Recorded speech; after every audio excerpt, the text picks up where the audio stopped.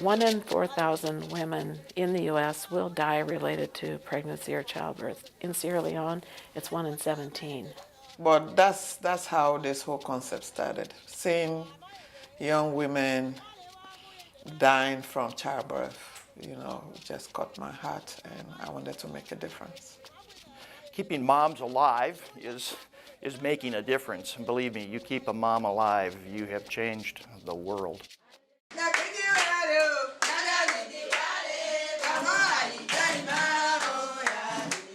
A lot of times, women would be walking 3, 4, 5, 6 miles in labor to try to get to the community health center, and that was, a major contributor to, maternal death and infant mortality within Sierra Leone.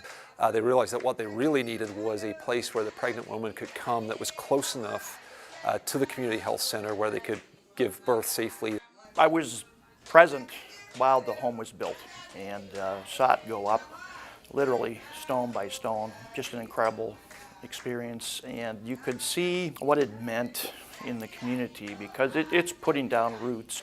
Opening the birth waiting home really has given us a lot of credibility because it's a beautiful facility and it's on a main road.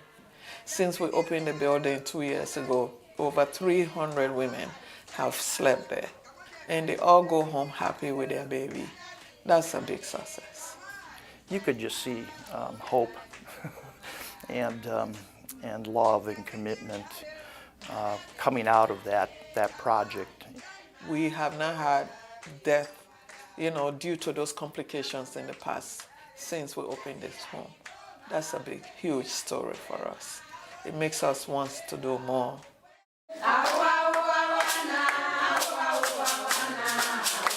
First, we thought about not just helping the women, but the children, because the first month, the first year of life is very critical. A safe delivery is one thing, but the children have to be immunized. So we looked at under 5 vaccines, making sure that all the children in the village are immunized.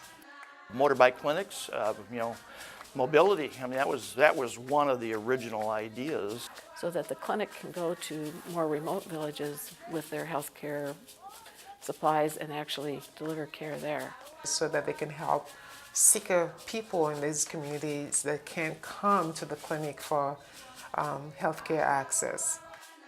The government clinic was a partner right from the get-go. I mean, we've been supplying them for years, but there are some very big holes in terms of what they've got on their shelf. So that's kind of the easiest first thing we can do, and we actually have a system where we ship supplies over by these big blue barrels every 4 months. They had traditional old ladies that used to do deliveries, and they do it very well. They just don't have the equipment or the knowledge to move beyond complications. Most of the groups that you see singing and dancing are these traditional birth attendants who are now called community health workers because they have been, through our trainings and some government trainings too, have been raised to a much higher level of skills. The part about malnutrition, over 30% of the children in the country are malnourished, and that's the way it is in the Taconco chiefdom. It's probably even higher in the rural areas. If you don't have good nutrition, you're so much more susceptible to disease and dying from disease. So nutrition is such a part of health. These cooperative farms, you help them launch, about $150. We'll buy enough ground nut seed, peanut seed, to plant about 4 acres. And voila, you've got 4 acres of ground nuts, in a few months. And that's real food in real people's mouths.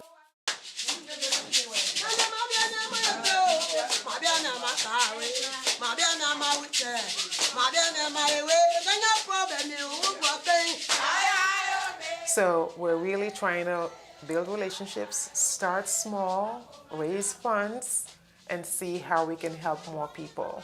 I think of our program as being centered around love and service.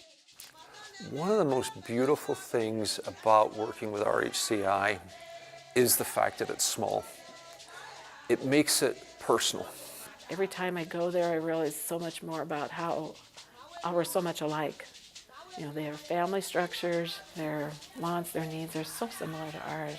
Seeing women giving me stories over and over how their life was saved, how they were able to save the life of their babies, otherwise they would have died, and it's because of what we are doing over there.